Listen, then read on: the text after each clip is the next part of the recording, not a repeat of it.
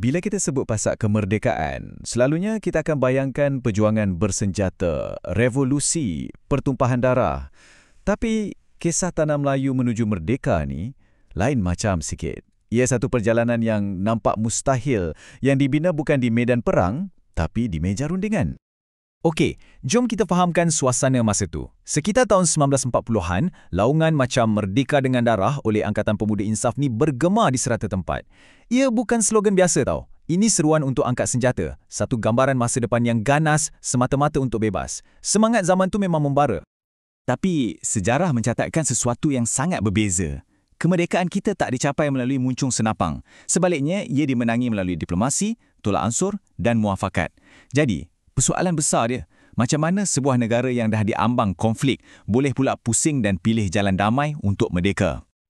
Ramai orang ingat cabaran utama nak merdeka ni mestilah British. Tapi sebenarnya, cabaran paling besar datang dari dalam negara kita sendiri.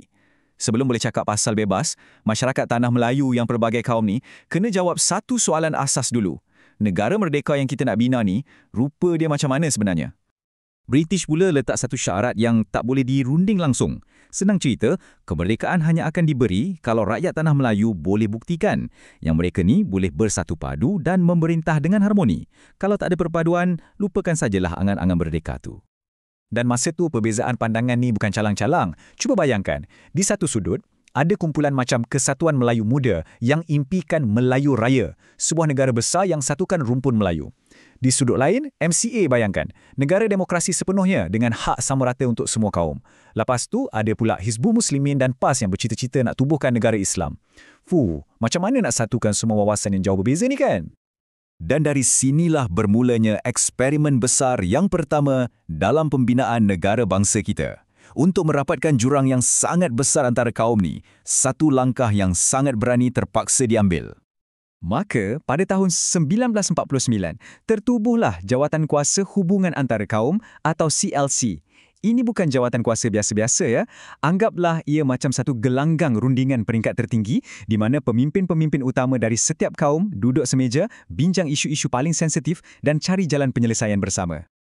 Dan di sebalik proses ni, ada tokoh-tokoh hebat. Bayangkan Datuk On Jaafar sebagai wakil orang Melayu, Tan Cheng Lock wakil orang Cina dan EEC Turai Singham sebagai pengerusi. Merekalah arkitek-arkitek kompromi yang memikul harapan seluruh rakyat di bahu masing-masing. Hasilnya, satu pakej tawar-menawar yang sangat bersejarah. Sebagai pertukaran untuk syarat kerakyatan yang lebih longgar bagi orang bukan Melayu, kedudukan istimewa orang Melayu pula diiktiraf secara rasmi. Pada masa yang sama, RIDA ditubuhkan untuk bantu majukan ekonomi orang Melayu di luar bandar. Poin penting kat sini ialah, setiap kaum ada memberi dan ada menerima. Inilah dia asas kepada kontrak sosial negara kita. Okey, lepas asas perpaduan dah dibina, apa langkah seterusnya? Mestilah sediakan pemimpin tempatan dengan kemahiran untuk memerintah. British kena yakin yang orang kita memang dah betul-betul bersedia nak ambil alih negara. Jadi, diperkenalkanlah sistem ahli. Fikirkan ia macam satu kabinet dalam latihan.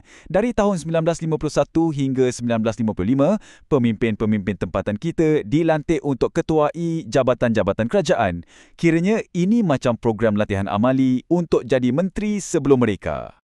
Dan cuba kita tengok barisan kepimpinannya. Datuk On Jaafar jaga hal ehwal dalam negeri. EEC Turai Sangam uruskan portfolio pelajaran. HS Lee pula bertanggungjawab ke atas pengangkutan. Sistem ni bukan saja bagi latihan, tapi ia membuktikan satu perkara yang sangat penting. Sebuah kerajaan berbilang kaum boleh berfungsi dengan cekap. Cabaran seterusnya, mungkin antara yang paling sukar, macam mana nak satukan generasi akan datang. Jawapannya ada dalam bilik darjah. Sistem sekolah yang masa itu terasing ikut kaum perlu disatukan demi membentuk satu identiti kebangsaan yang sama. Perjalanan ke arah satu sistem pendidikan kebangsaan ni memang berliku. Mula-mula pada tahun 1951, laporan Barnes cadangkan satu jenis sekolah je untuk semua. Tapi ini dapat tentangan dari laporan Fan Wu yang nak sekolah Cina dikekalkan. Akhirnya kebuntuan ini terlerai pada tahun 1956 melalui Penyata Razak, satu jalan tengah yang sangat bijak. Ia cadangkan satu sistem kebangsaan dengan bahasa Melayu sebagai bahasa pengantar utama dan kurikulum yang sama, tapi pada masa yang sama ia benarkan sekolah vernakular lain untuk terus wujud.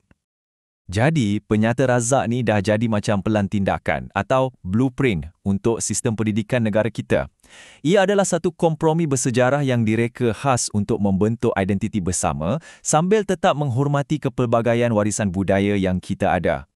Semua usaha, kompromi dalam CLC, latihan dalam sistem ahli dan perancangan pendidikan tadi akhirnya membawa kita ke kemuncak cerita ini, satu kejayaan dalam arena politik yang membuktikan kepada British dan seluruh dunia yang perpaduan kaum ni bukan lagi angan-angan kosong. Segalanya bermula secara kecil-kecilan je. Satu Pakatan Pilihan Raya Tempatan dibentuk antara UMNO dengan MCA. Tak sangka pula kerjasama ni menang besar. Ia membuktikan formula perpaduan ni betul-betul menjadi. Bila nampak kejayaan ni, pada tahun 1954, Kongres India Malaya atau MIC pun ikut serta. Dengan penyertaan MIC, maka lahirlah Parti Perikatan, satu gabungan politik padu yang mewakili 3 kaum terbesar di tanah Melayu bersatu di bawah satu bendera. Logo mereka, sebuah kapal layar, pun cukup simbolik.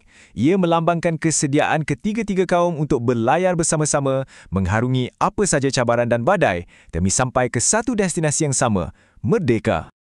Dengan terbentuknya Parti Perikatan, syarat utama yang British letak dulu tu dah pun dipenuhi.